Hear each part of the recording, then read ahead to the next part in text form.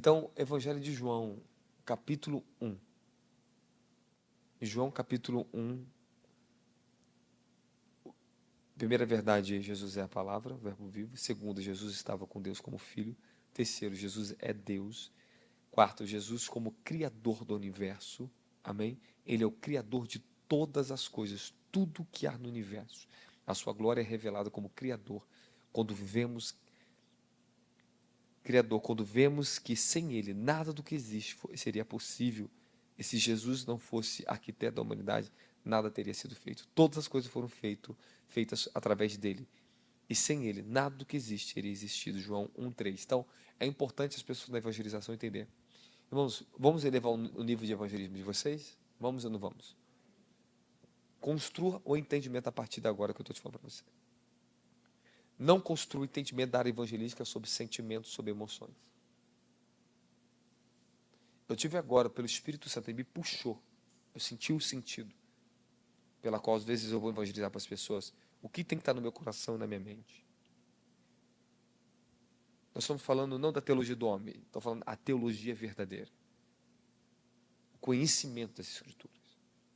Esta é a verdade. Que o meu coração, que a minha razão, que a minha consciência, que o meu estado, tanto de emoções como de sentimento e de espírito, tudo que eu possa ser como pessoa, tem que compreender. O que as pessoas têm que compreender na área da evangelização, quem Jesus Cristo é. Não, eu não estou te falando do Jesus religioso. Fale para elas, para que essa imagem que vocês têm. O mundo, o diabo, criou um Jesus que não é verdadeiro para vocês. Nós estamos falando daquele que é verdadeiro. No livro de João, acabamos de ler agora. 1 João 1,5. Aquele que é verdadeiro. Fale para as pessoas com essa intensidade. Olhe para... Eu estou te falando daquele que é verdadeiro. Não estou falando de um Cristo crucificado que está na cruz pelos católicos. Estou falando de um ressurreto entre os mortos. Eu não estou falando daquele que você pode só mentalizar e achar que você está servindo de qualquer... Para seguir, estou falando daquele que é pelo Espírito dele. Você só pode conhecer ele pelo Espírito dele. Fale para elas, olha, eu também tinha um Jesus na minha mente. Eu achava que eu era um cristão, que eu tinha um Jesus mental. E não um Jesus mental, estou falando de Jesus espiritual, um eterno. Estou falando daquele que está sentado no trono de glória. Nós temos que concentrar as pessoas nisso. Então, para as pessoas ser salvas e ter consciência, você tem que dar isso a elas. Entendimento, estrutura de entendimento. Jesus era o verbo. Escute, não tente... Às vezes nós queremos correr em palavras mais fáceis, mais emotivas, mais cativantes. Mas escute, se você conseguir colocar na mente da pessoa, se nós conseguirmos fazer elas entender quem ele é mais importante. No sentido de que ele é o eterno. Olha aqui como é que ele se move. Domine esse assunto sobre trindade. Estude sobre a trindade em perfeição. Que um não funciona sem o outro, que um não é completo com o outro. Explique de maneira simples que as pessoas podem entender. Fala, você é um corpo? Sim. Então você é um corpo? Você tem uma alma? Tem. Como é que você sabe que você tem uma alma? Quem te ensinou que você tem uma alma? Elas vão parar para pensar. Falei, da onde você sabe que você tem uma alma? Quem te ensinou para vocês que você é uma alma? A ciência. A ciência te explicou? A ciência também explicou que você tem espírito. Agora a ciência comprova que nós temos espírito também. A ciência, sim. Então, da mesma forma, eu quero te fazer você entender quem é o Pai, o Filho e o Espírito Santo. Como é que você não crê na... As pessoas falam, não crê na doutrina da Trindade, mas então como é que você crê que você tem uma alma? Como é que você sabe que você tem uma alma, então? Quem te ensinou isso aí? Como é que você sabe que isso é verdade? Ah, porque a ciência me ensinou. Ah, sim, o livro da ciência te ensinou. A neurociência te ensinou. A sociologia, o que eles te ensinaram para vocês? A psicologia te ensinou isso? O que a Bíblia está falando sobre a Trindade? Está aqui. Eu também quero te ensinar o que é a Trindade. Como é que você consegue crer que o que a ciência diz, mas não crer que a palavra de Deus diz que veio antes do seu ensinamento da ciência? Você tem que saber dar essas palavras de sabedoria, esses encaixes de sabedoria e de inteligência. Você está entendendo? Você tem que mostrar para as pessoas, você tem que ter, comprove o que você está falando e pegue dentro do ponto da onde elas extraem daquilo que elas acham que sabem. Como é que você sabe que você tem uma alma? Como é que você sabe que você tem um neurônio chamado assim, falando tal? Você sabe que tem uma amígdala cortical dentro de você, que ela faz isso e isso. Você prefere ouvir o que os homens dizem, mas do que a palavra diz, que é antes da neurociência, antes da ciência existir, a palavra já existia, meu querido. Sabe, vamos quebrar as argumentações humanas com coisas simples assim. Ó. quebra eles assim. Então, vocês vão encontrar muitos percalços em relação ao evangelismo na área da Trindade, tá? Você pode ter certeza disso. Então, comprove que Jesus era a palavra estava com Deus e a palavra era Deus. Então, se eu creio no que a Bíblia, as Escrituras, é Ele. Ele mesmo disse, cuide que as Escrituras falam de mim. É delas que ela fala, é de mim. Elas falam dele, elas testificam sobre ele, elas ensinam quem ele é. Amém, amém? Do caminho dele, da vida dele, do reino dele, as Escrituras têm estrutura de reino ali dentro. Amém, amém? Ah, mas a palavra, como é que a palavra vai ser Deus? Fala de morte, fala de adultério. Pô, está falando de morte, adultério, mas está ensinando que aquele é o caminho errado. Então, ele está mostrando que ali é o caminho errado. Por isso que é a sabedoria dele mostrando que você não é para você fazer, tá? Tem muitos teólogos, muitas pessoas que elas questionam Deus com isso. Com coisas simples assim, mas não, a Bíblia tem a palavra de Deus, não é a palavra de Deus, não. A Bíblia é a palavra de Deus em toda a sua completitude. Eles vão te argumentar como? Como é que eles vão se levantar contra você? Ah, mas a Bíblia está falando de morte, adultérios aqui, isso é a palavra de Deus, ensinando aquilo que você não pode fazer, mostrando como exemplo das coisas. Qual é o caminho que ela está te ensinando? O que você extrai do sentido daquela situação que está acontecendo? Aqui está o caminho de Deus, então aqui é a palavra de Deus. Você tem que entender que a Bíblia está ensinando o caminho de Deus. A Bíblia é a palavra de Deus para nos ensinar como ter uma verdadeira consciência. Então, ela vai mostrar também tudo que não presta na humanidade está dentro dela. É verdade, não é? Está ensinando. Ensina você a não ser perverso, mostra qual é o caminho do perverso. Ela é um caminho. Ela ensina a andar no caminho. A Bíblia é Deus. Ela é a palavra de Deus.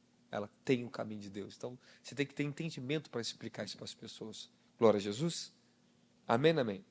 Então, livro de João, capítulo 1, é muito importante vocês dominarem. Cara, eu quero que vocês tenham consciência disso.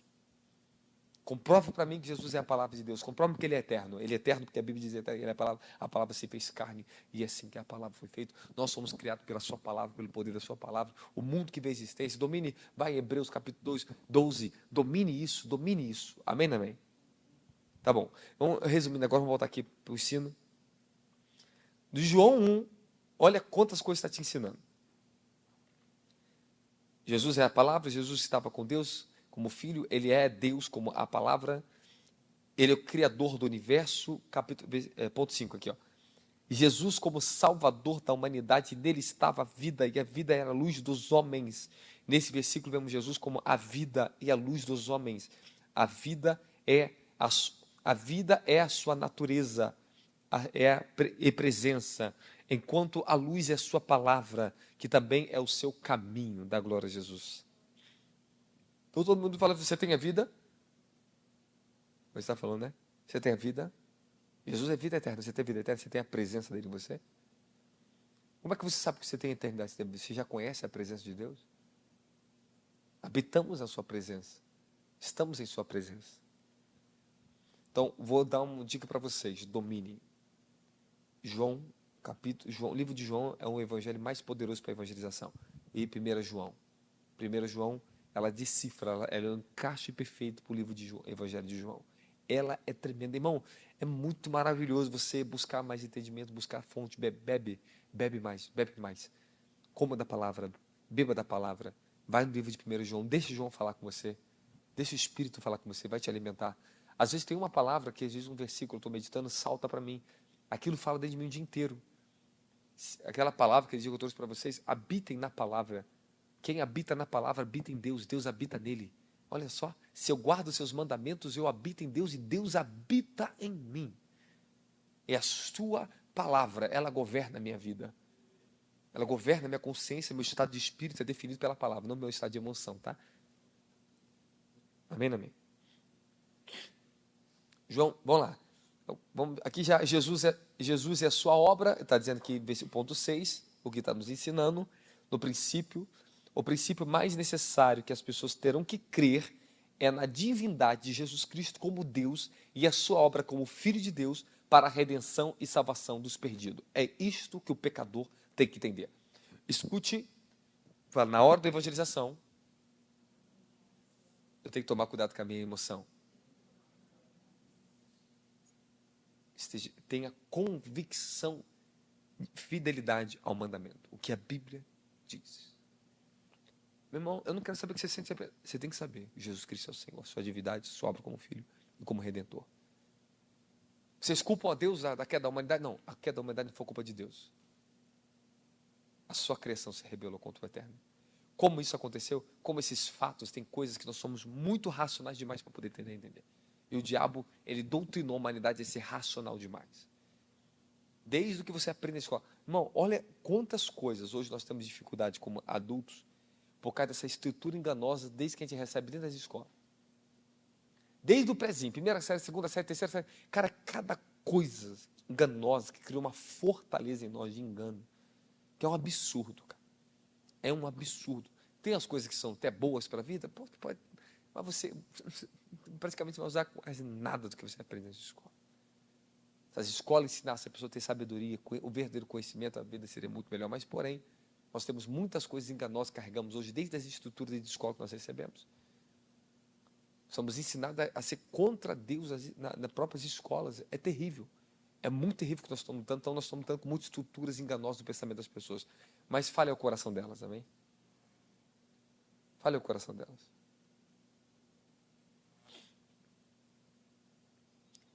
Finalizamos aqui. João capítulo 3, agora nós começamos um pouco mais forte. Você entendeu o que eu quis colocar aqui para você? João 1. Por que eu coloquei o primeiro, aprendendo a evangelizar com o Evangelho de João? A primeira estrutura que tudo tem que começar a entender. Como é que os evangelhos começam? Mostrando o quê? Um fundamento, quem Jesus é. Pecador, Jesus é Deus. Do que? Ele é o Senhor. Ele é o Eterno. Se fez carne e habitou entre nós. Mas é difícil eu crer, acreditar nessas coisas. Eu falei, mas como é que você consegue acreditar que a evolução da água é feita assim? Como é que você crê nessas coisas? A ciência ensinou que você tem uma alma? Como é que você crê que você tem uma alma? E se eu disser que você só tem um corpo? E se você nunca fosse ensinado que você tem uma alma e um espírito? Como é que você saberia essas coisas? Você não quer saber. Mas depois que você aceitou, você começou a entender, você aceitou, não aceitou? E hoje você não compreende, você não consegue sentir essas coisas dentro de você? É verdade, então vai aprendendo. Como é que você vai crer? Aprendendo. Como eles vão crer? Aprendendo. Os Bereanos precisavam entender. Começou a ler. Foram os mais ilustres, porque procuraram o conhecimento. Então, você nunca... Escute, você vai bater de frente com a incredulidade. O que é incredulidade? Incredulidade é a ausência do conhecimento de uma verdade. Incredulidade não significa ausência de fé, significa ausência de conhecimento da verdade. A fé só vem depois que o conhecimento chega. Desse ser incrédulo, irmão, tome cuidado com muita... A gente pega a palavra incredulidade e joga tudo para ausência de fé. Não, incredulidade é ausência de conhecimento. O conhecimento nos levará à verdadeira fé. E a fé nos levará à verdadeira salvação. Vocês estão entendendo? Porque Jesus, ele cobrou os judeus do que? Crer no que estava escrito. Creio no que está escrito. As escrituras falam de mim. Pronto. Crer é demonstrar uma atitude de confiança, é seguir, começar a apontar que de fato aquilo ali é verdadeiro. Ou seja, é uma disponibilidade de coração e mente a buscar entendimento. A incredulidade, ela não te dá disposição de alma e de mente, de coração, para buscar entendimento. Pô, cara, você está sendo incrédulo. Rotulamos a palavra incrédulo só para o crédulo religioso, correto? Ela se aplica ao crédulo religioso. É verdade ou não é? Ela se aplica melhor aqui. Mas e se eu estiver com você falando uma obra, fala, cara, coloca essa coluna aqui que tu vai ver que vai dar certo. Não, mas aqui no relato está dizendo que o engenheiro falou que, cara, deixa de ser incrédulo, segue o que eu estou te falando aqui. Confia, ou seja, confia no que eu estou te falando, coloca essa coluna aqui. Ou seja, pare de confiar na sua racionalidade. Aprenda também o que eu estou querendo ensinar. Incredulidade é uma ausência, é uma falta de disposição de aprender. Não se reduz só a fé. Não fala que a pessoa é incrédula porque ela não deixou de crer, que ela não tem fé. Não, calma, meu filho. É porque ela não tem conhecimento. Incredulidade, ausência de conhecimento de uma verdade. Amém, amém. Porque tem muito cristão que está dentro da igreja, mas eles são incrédulos também, porque eles não aprenderam. Depois que eles aprenderam o caminho do Espírito, aprenderam o que é. Porque muitos cristãos não sabem orar, tem o dom de línguas, mas tem incredulidade de orar em línguas. Olha só, quando eu comecei a ensinar sobre oração em língua, você sabe qual foi a pessoa mais incrédula? Minha mãe está aqui, ó. Cara, a mulher pentecostal expulsava diabo, falava em línguas e não cria mais. Olha só, por quê? Porque a estrutura de ensinamento dela não dava esse suporte. Eles não tinham esse conhecimento. Pergunta para minha mãe qual foi a dificuldade dela para começar a orar em língua, que ela tinha que entender que ela podia usar o dom quando ela quisesse. Mas o que é? A igreja, a religião, fala, não, é só como você sentia um mover do Espírito, alguma coisa. Não é assim?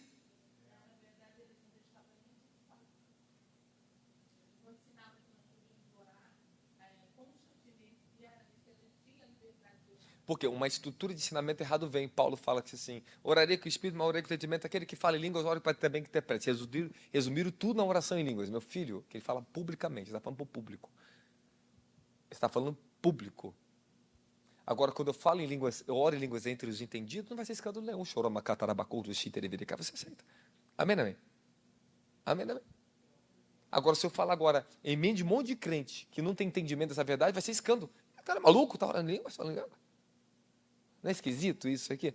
Que significa estrutura de incredulidade. Onde não tem conhecimento, tem credulidade. E onde tem credulidade, nunca terá uma fé para operar sobre a pessoa. Na glória de Jesus. Pronto. Esse entendimento foi bom, não foi? Vamos lá. João 3. Temos a abordagem de um mestre. Quando você fala de mestre para mestre, João 3 se ensina. Está falando com o mestre da teologia, mas é incrédulo porque não tem conhecimento da vida de espírito. Mas ele tem certas estruturas de conhecimento que são boas. Let's go? Amém? Ok? Mas eles têm que eles não têm o conhecimento de espírito. É isso que nós temos que tentar abrir para eles. Agora, nós vamos aprender de um mestre para mestre. Você, para estar com o mestre, aqui tem uma chave de como vocês podem pegar que quem é mestre. Quem é médico, quem é formado, quem é teólogo, quem é advogado, quem é mestre em alguma área. Os mestres das áreas dominam a área do conhecimento, da racionalidade, da razão humana, da inteligência humana, mas não tem domínio de espírito. E você tem uma coisa que eles vão ficar doidos. Você tem uma coisa que é muito boa. Que para eles, sabe por quê? Eles são fraquinhos. Cara, tu pode ser forte teu conhecimento, mas teu conhecimento você está cheio de depressão. Quer ser de uma oração? Aí os empresários ricos, ora por mim. Aí quando eles estão na fortaleza do conhecimento, aí sai deixa o terninho de lado. Esses problemas, a mulher, essa vida, depressão. Não tem conhecimento de espírito. Da glória a Jesus. Ele foi direto ao ponto. E nunca compreendeu, olha só, e nunca comprometeu seus princípios. Todo mestre, todo evangelista, não comprometa os seus princípios por abordagem teológicas. Não comprometam a vida sobrenatural. Esse é o nosso ponto. Escuta o que eu vou dizer para vocês. Deus tem nos dado tem nos forjado, me dado uma estrutura violenta para mim não comprometer o evangelho dele no futuro. Se eu não fosse fiel desde o início a tudo que Deus me ensinou, a firmeza de fé, olha só, fundamentada na palavra e no sobrenatural. O problema é que muitos quiseram o sobrenatural, mas caíram feio, não tiveram a revelação da fundamentação da palavra. Porque eles acham que, muitos acham que é letra, que é teologia. Não. É vida, é poder, é estrutura. Poder de espírito no espírito não significa movimentos espirituais.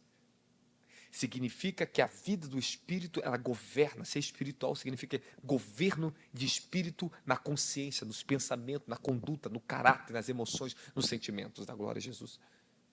Isto é ser espiritual. Movimentos sobrenaturais, manifestações sobrenaturais não definem se eu sou espiritual ou não.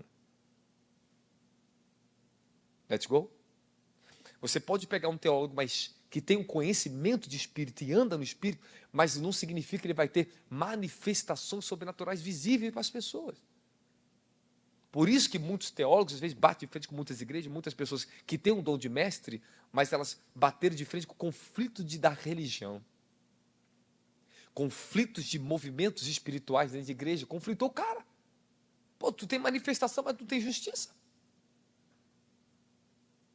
Não é possível, o cara está falando em língua, mas... Caraca, mas é o pior. Meu Deus, o cara está roubando, o cara está xingando lá fora.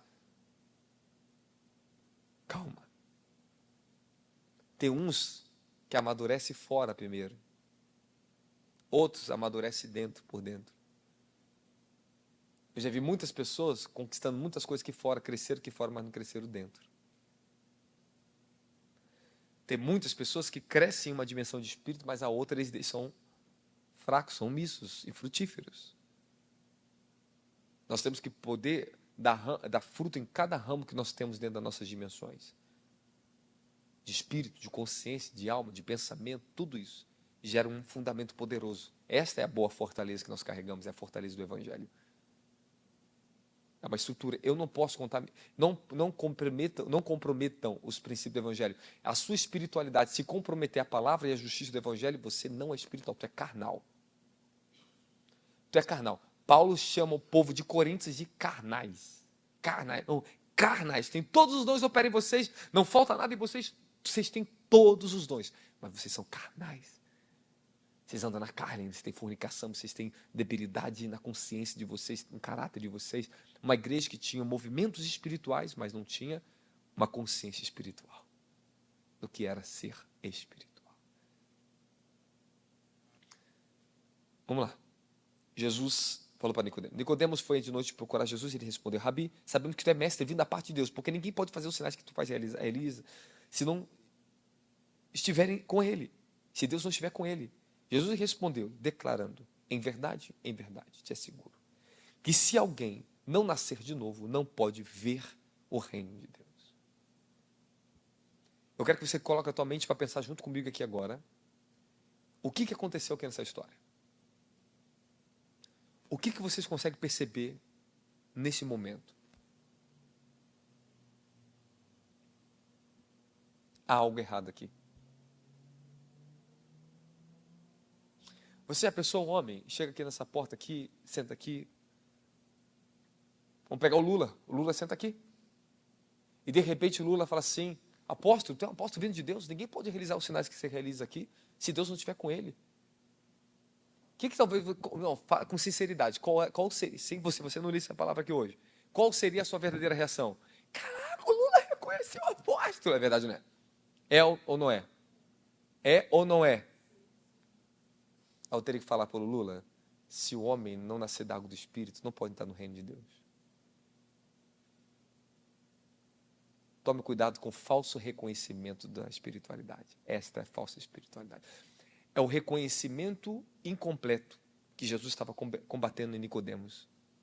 Nicodemos, ele chega com uma fé que ele não tinha, com algo que ele não conhece, como se reconhecesse. Jesus chamou ele à existência, descobriu que tinha um engano nele. Nicodemos estava reconhecendo Jesus debaixo do conhecimento racional dele. E Jesus chama ele por conhecimento verdadeiro, experimentado, que Nicodemos não tinha. Nicodemos deu uma de espiritual na frente de Jesus, mas ele era racional, ele era um mestre da lei. Jesus entrou logo direto, pum. Se você não nascer da água do Espírito, você não pode entrar no reino de Deus. Pronto, parou ele. Parou um engano, um movimento da carne enganosa. Como aquela mulher adivinha. Olha ele, os homens de Deus, como se fosse um reconhecimento verdadeiro de espírito, mas era enganoso. Movido por demônios. E Nicodemos era movido pela carne, razão. Ele via por fora, mas ele não entendia estrutura de reino por dentro. Então Jesus queria o quê? Chamar ele para dentro. Não estou satisfeito com uma falsa fé em você. Sua fé não é verdadeira ainda. Sua fé não é completa, Nicodemos. Jesus estava parando um engano de Nicodemos. E se Jesus entrasse nessa dissimulação com Nicodemos, Jesus comprometeria algo ali, mas ele estava ligado em espírito. Jesus identificou em Nicodemos que Nicodemos tinha um reconhecimento não completo. Jesus sabia que Nicodemos ele amava também a sua posição. Então você tem que conseguir analisar o que estava acontecendo aqui. Tome cuidado com essas pessoas na rua, com esses tipos de cristão que falam, acham que tem um conhecimento espiritual, mas são carnais. Não conheceram o Espírito, não tiveram uma transformação interior, mesmo que já foi batizado com o Espírito Santo, mesmo que tenha os dons do Espírito Santo, podemos começar na carne, começar no Espírito e terminar na carne. Começo muito rápido no Espírito, mas termino muito rápido na carne, porque a estrutura de religião onde eles estão não dão fundamentação de reino da palavra de Deus. Quer mover as pessoas, move, vai na emoção, isso, eu me entrego isso aqui, tudo. Não se resume a movimento, se resume a verdade, a justiça. Evangelho não é comida, bebida, mas sim paz, justiça, alegria no Espírito Santo. Vamos ter que conhecer isso. Quem está entendendo, fala amém.